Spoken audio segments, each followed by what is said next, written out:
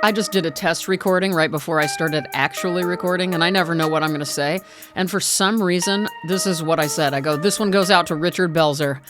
I mean, I kind of know why, because I've been watching a lot of SVU, but anyway, I do love Richard Belzer. Shout out to Richard Belzer, into his grave, or into his cremated remains, whatever it may be. Here I am, fools. It's me. I'm back. Robin O'Neill, me reading stuff. 9.5 years and counting. It's good to be here. You, whoever you are, you decided to join me, which I greatly appreciate. I hope you're all doing better than well. I'm losing podcast followers left and right, and I'm just rolling with it. I'm just trying to let it not affect me. And I just appreciate those of you who are with me. That's how this goes. What's new with me, you ask? I'm imagining you're asking, Robin, what's new with you? Well, first of all, thank you for asking. I'm hanging in there. Last week, I made a realization. I can't remember how this happened. I was on a walk, and it was basically some sort of realization about, Robin, it's not your life that's the problem. It's not your circumstances. It's not this. It's not that. It's your attitude about your life. And so I'm really trying to attempt a more positive attitude. And it really isn't my natural way. Although maybe it is. I mean, in some ways, people always do. I say that, and then I think about this. People throughout my whole life have called me things like cheery. You're really chipper or cheery or upbeat. There's another word that people always call me. There's a main word people call me. Whoops. And I don't know what it is right now. It's not full of life. I don't think anybody's ever said that. I don't know. Anyway, so back to my attitude being the problem. Yeah, I just kind of tend to go negative internally anyway. One might not be able to tell that about me, but I do. So I guess I just established that I'm either a cheery person or a negative person. Great work, Robin. Who cares what I am? The point is, I'm working on myself. I'm working really hard on myself. And sometimes I'm working too hard on myself. And now I just kind of also am trying to just be who the hell I am. Like, okay, these are things you are. Like, I'm an intense person. Like, you're not going to meet me and we're not going to have a mild conversation. Like, that's just not how I do things. It's always pretty intense, I would say, with me. Wouldn't you guys agree? And sometimes I feel insecure about that, along with a million other things I feel insecure about. But what I'm really trying to do at age 47 and a half is to just be like, Robin, you've been in therapy since you were 17 or 18. I think and you constantly want to be a better person, a kinder person, better to yourself, better to others, all the things. But when am I going to just be like, this is good, this is enough? I mean, maybe you're not supposed to do that. All I know is that I'm exhausted. I'm exhausted. It's exhausting. And I'm not hungry anymore. I'll see you later, Dad. I am exhausted from trying so hard all the time, So anyway, I don't know where all this is coming from. I guess because I was trying to tell you guys I'm trying to have a better attitude. I don't know. What do you guys think? On this podcast, to you, 5 of you who are listening, do I come off as more glass half full or glass half empty? I think when I'm more in a philosophical mindset, which is where I usually go when talking on this podcast, I think my core beliefs are pretty positive for the most part. But then again, I look at the history of my work that I've made, and that would prove that I do not think positively. So, what does it matter? I've been eating a lot of turkey sandwiches lately. I told you guys about the Grandma Sycamore's bread that I've been eating. Does anybody know about how, when I grew up, all old people ate sandwiches with butter on it. Not really mayonnaise, not really mustard, butter. Does that sound gross to you? Because every time I bring that up to people, they think it's disgusting. But I'll be honest, I sometimes do it still, and I love it. So, in fact, it's kind of my preferred taste right now, which must mean I'm getting into older years. Also, does anybody else do what Damien and I do, where every time we drive past a retirement home or they used to be called old folks homes, whatever those are called nowadays. He and I both, we're already scouting them out. We've pulled up websites. We are, I'm 47. He's 50, about to be 52. And we probably have a ways to go here, but it's kind of fun to think about this. It really is fun. I used to volunteer at one and take the people to the people. I didn't want to say old people, but they are old. I took the old people to the movies, and it was fun. I've read aloud to people occasionally. I want to get back into that because I have a weird feeling I'm going to need somebody to do that for me when I'm older. My eyes are, I don't know, it's not looking good for me, everybody. Anyway, back to the turkey sandwiches. Yeah. How do I eat them, you ask? Well, sometimes my preferred ways are either, it's so gross sounding now that I'm saying it, but I don't think it's gross, the butter on sandwiches. And honestly, I keep it simple. Turkey, Swiss, butter. End it. Another way I do it, I love Dijon, is probably my top choice, my most regular. Dijon and turkey and any kind of cheese. Now, when I do Dijon, I want it to be a Colby Jack, And so I do that. And, raw onions, love that. I also love, my mouth is watering. I'm so embarrassed. Oh my God, this is crazy. I grabbed a Kleenex as I said that, but my mouth isn't watering that bad. I actually just wanted to kind of, I don't know. Don't worry about it. Did anybody watch Wendy Williams? Because notoriously, Wendy Williams, every time she talks about food on her show, you can look this up on YouTube, she would start drooling. Like her mouth, she'd just have trouble. Kind of like I just did. Other things I ate today that I promise I'll try to not drool again were baba ganoush. And that was just with some plain crackers. I ate one massive pickle and three little olives, little green olives, and one slice of turkey. I just didn't go for the sandwich today. I don't know why. So I would kind of tear the turkey apart and put it onto the cracker with baba ganoush and then the turkey. So there you go. Another thing I did today that I would love to just be happy about is that I actually went out to the garden today or the yard. The whole yard is kind of a garden now. And I planted my bulbs in the garden, prepared for spring. And my sweetest friend, best neighbor, she was so sweet, and she gave me, I don't know what you call it, but it's like a bulb planter tool. And it made it so much easier. It's rounded, so you just basically core out the earth. It's kind of like those big things where you're digging fence posts, and it just gets that whole cylindrical area of earth out easily. And this is just a little handheld one for planting bulbs. I planted a lot of irises, Siberian iris, all sorts of irises, daylilies. I'm not sure I was supposed to plant that today, but I did. It wasn't all bulbs. It was also, what are they called? Corms or something. And then I planted tulips and a bunch of other things. Daffodils. Oh man, I'm telling you, I have not shared with you guys enough of my flower life.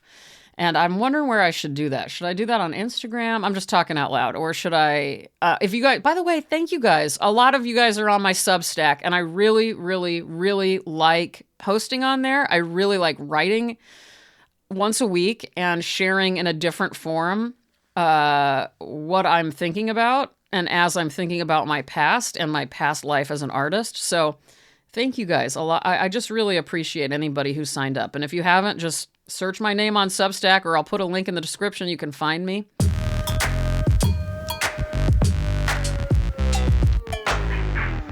Sorry about the harsh cutoff there. I just realized that I had made this awesome coffee, decaf, for the night, and I just left it out in my kitchen before I came in here, so I wanted a little break. But back to whatever I was talking about. I was talking about gardening, and it was so nice. And I've been telling you guys about all the birds that I feed. There were, at one point, these are the birds that were in the yard with me, just sort of jumping around, having fun while I was digging holes and planting things. I had one, a woodpecker who I call Amy. I had a lot of scrub jays, the one Stellar's jay, one crow, and a whole bunch of little sparrows and a few chickadees. And they were all just, I mean, there was one bird feeder with peanuts in it. And then I had spread out some big peanuts, like in the shell too, for my blue jays. And they were just hanging out. It was almost like we were all just sitting in the yard together for a good hour. It was so wonderful. I don't like getting dirty though, by the way. That's the one thing I'll never kind of, I just think I'm just not somebody who enjoys that feeling. Every time I go out there, I like go right inside and take a shower. I'm just kind of not into it. So, but other than that, I just am so glad that the one good thing about my sabbatical in 2023 is that I became so dedicated to gardening. So thank you, 2023, for that one thing.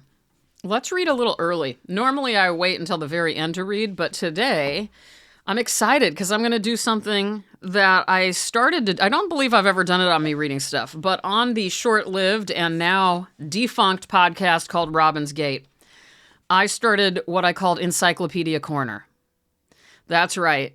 I grabbed one of my old encyclopedias, which smell like quintessential book smell, and these were in my family, and thank God my parents gave them to me a couple years back. So these are from 1962, the World Book Encyclopedia. They are the blue copy, if you've ever seen these, with, they're like a, I don't know, kind of a dull blue.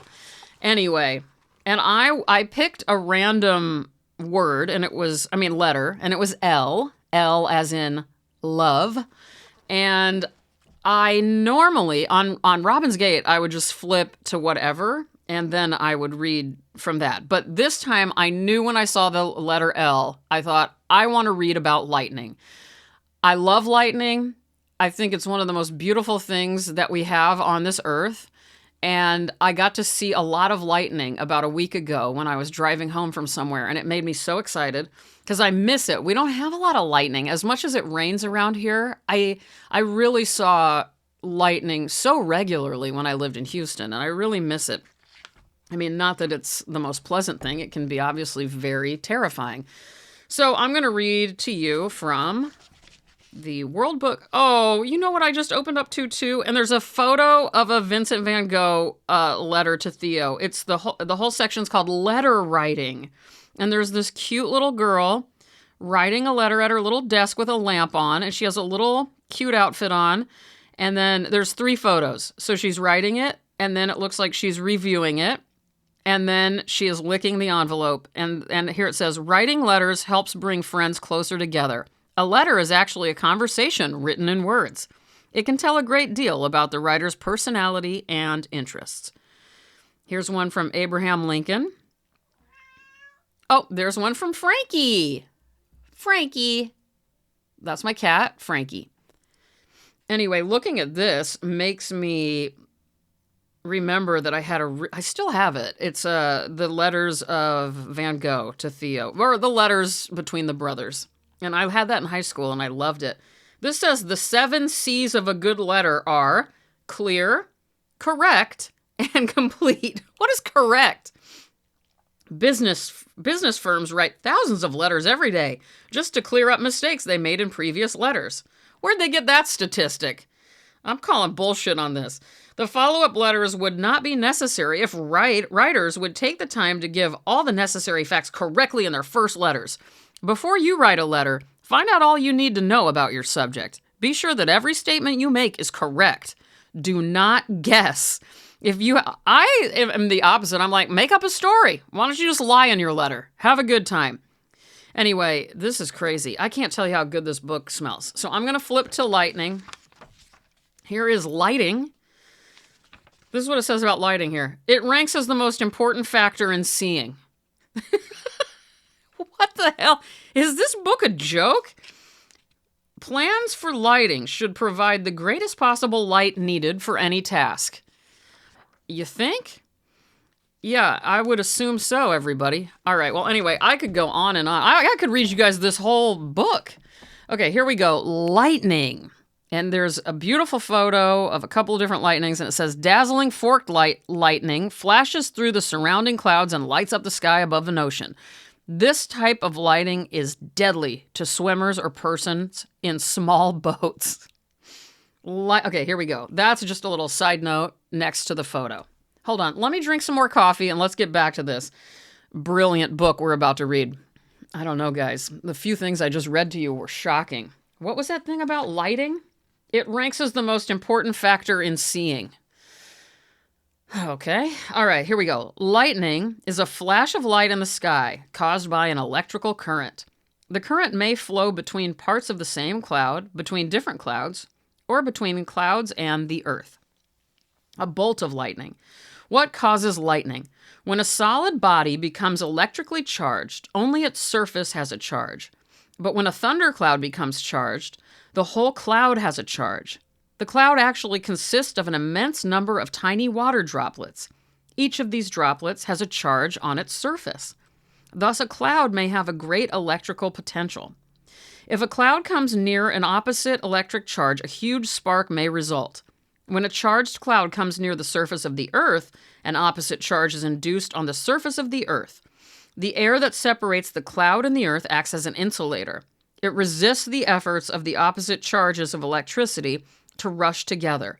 But when the electrical potential becomes large enough, it overcomes the resistance of the air. Then a lightning flash occurs. The flash is really a huge spark, similar to that produced in the spark plug of an automobile. Scientists have found that one stroke of lightning, measures more than 15 million volts. A spark between a cloud and the Earth may measure as much as 8 miles long. Hey, I never knew how long they could be. 8 miles long. I would have thought longer. It may travel at a rate of, what does it say? 100 million feet a second. Lightning that reaches between oppositely charged clouds may have a length of 20 miles. Oh, there we go. Okay, 20 miles. Okay, so only the cloud and the Earth could be 8 miles. All right. Photographs of lightning obtained by radar indicate that some cloud-to-cloud lightning strokes may measure 100 miles long. 100 miles long. Wow. This is so much fun. I wish I could give you guys the smell of this book. Lightning between clouds does not cause any damage on Earth because the electrical energy is dispersed in the air. But lightning between a cloud and the Earth often causes loss of life and property. A bolt of lightning can kill a person or start a forest fire.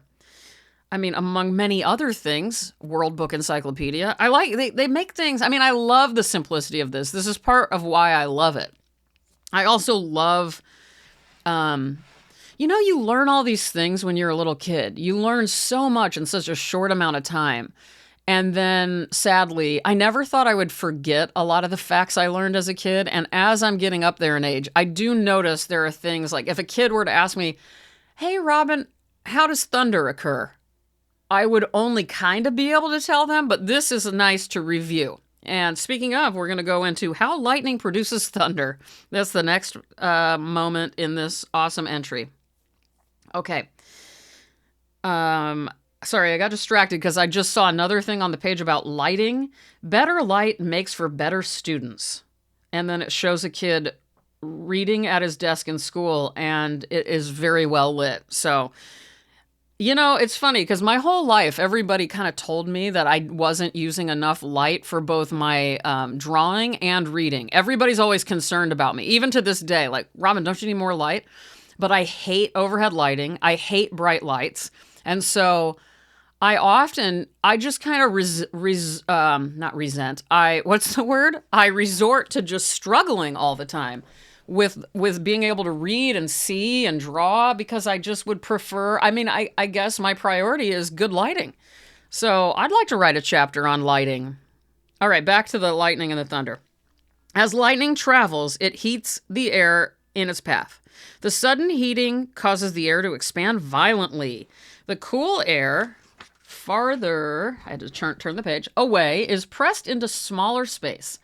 This process starts a great air wave that results in thunder. You can also see thunder. We might do that another day. Oh my God, this one image of forked lightning is so beautiful. It says beautiful but deadly.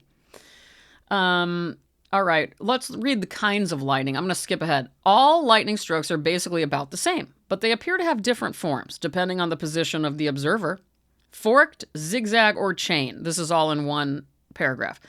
Forked, zigzag, or chain lighting is a chain of brilliant light that appears to zigzag. Oh, that's my favorite. It actually follows a winding path like that of a river. The single streak of lightning often breaks into several branches or forks. Here we go. Sheet lighting has no particular form. It is usually a bright flash that spreads all over the horizon and lights up the sky. Sheet lightning, God, is really light from a flash of chain lightning that takes place beyond the horizon. Yeah, I mean, I like sheet lightning, but I kind of feel let down when I only see that and I don't get to see the actual chain. How about you? Heat lightning. Here's another one. Heat lightning, often seen on summer evenings, is the same as sheet lightning, but the flashes are fainter. Yeah, these are the worst ones. Thunder usually does not accompany them. See, another negative point on heat lightning. And just the word heat makes me mad because I hate being hot. The lightning occurs too far away for thunder to be heard. And here we go. You know what's next. Ball lightning. Ball lightning seems to consist of balls of fire, as small as walnuts or as large as balloons, that last about 3 to 5 seconds. They fall swiftly from the clouds until they strike the ground and explode.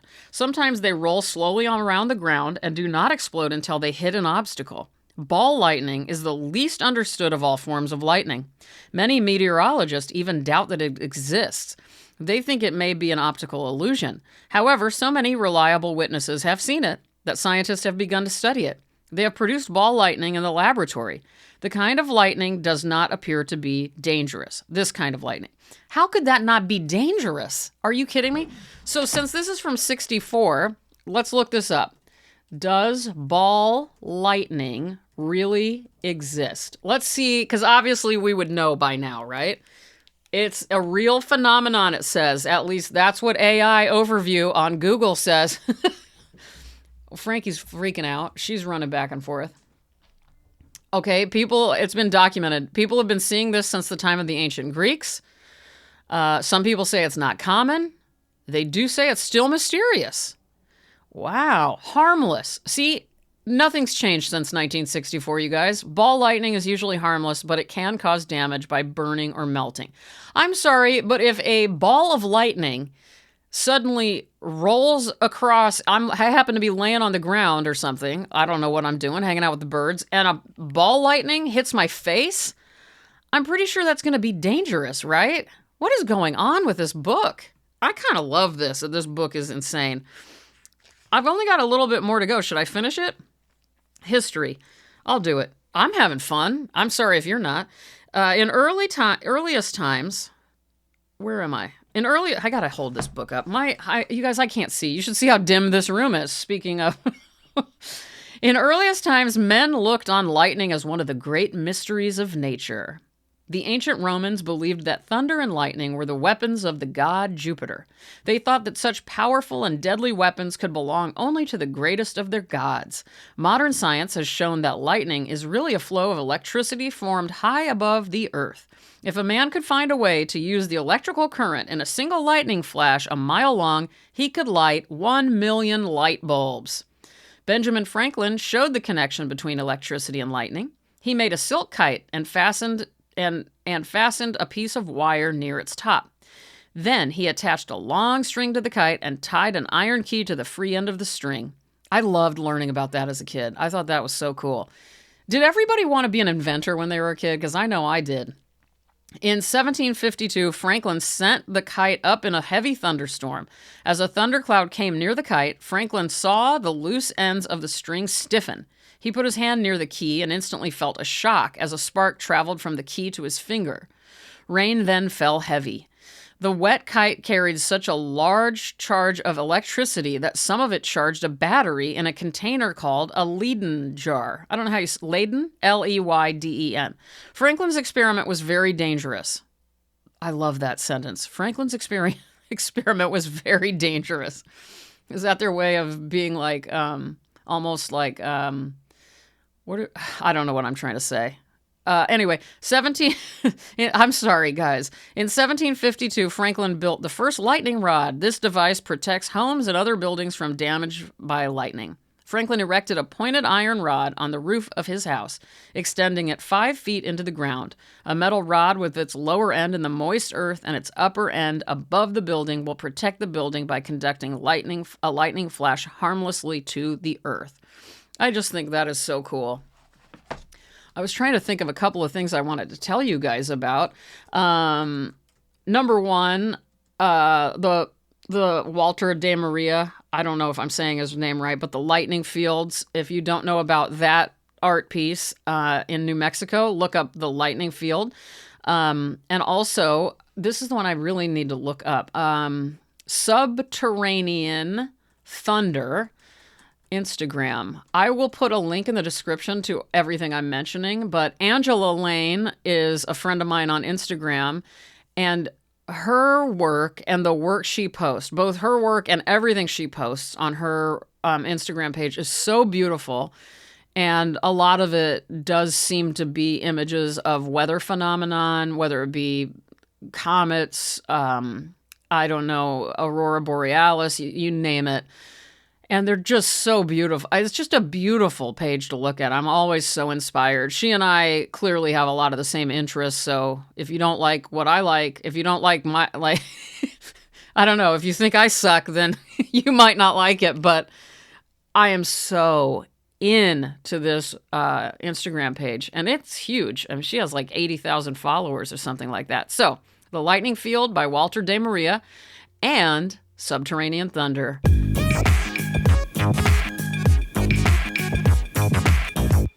I had a dream last night that, and I know it's inspired by all of my Law and Order SVU watching. I'm just obsessed, you guys. I cannot stop watching this show.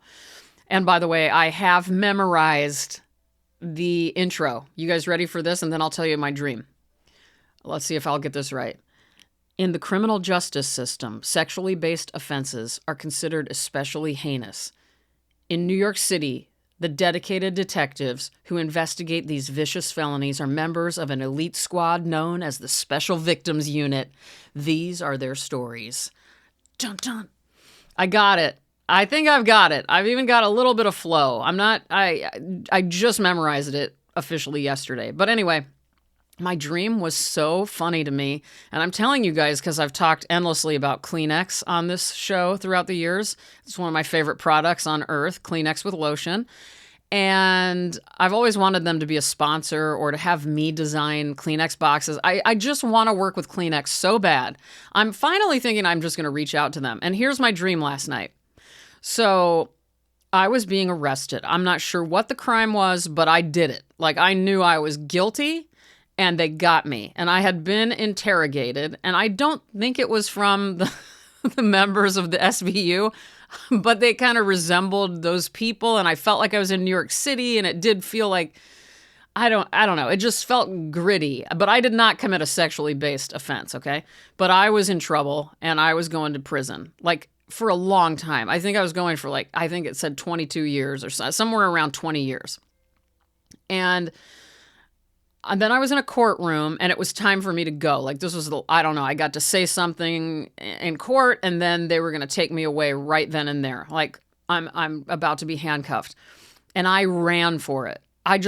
Right when I had a chance, I started to run and I got away and I got to a little corner store, like a bodega in New York City. And all I did was buy as many boxes of Kleenex as I could. And they caught me, of course. And I was like, I just can't live without Kleenex. And I was dead serious. I didn't think this was funny at all. Like, in the dream, I was really, really worked up, really concerned about what the fuck I was going to do without Kleenex for all that time. And honestly, I would feel that way because I mean, I'm just sort of, I like to spoil myself with Kleenex. Like, I don't like to use toilet paper as my tissue if I need to blow my nose. It really just doesn't work for me.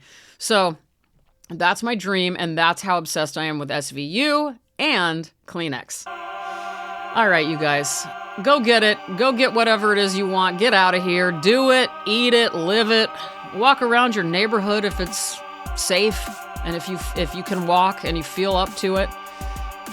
Enjoy yourself, whatever it is you're doing. Maybe if you're listening to this tonight and it's late, because I am posting this late, ease into the night. That's what Damien often tells me, because I'm always just wanting to do more. Sometimes he's like, why don't you just ease into the night?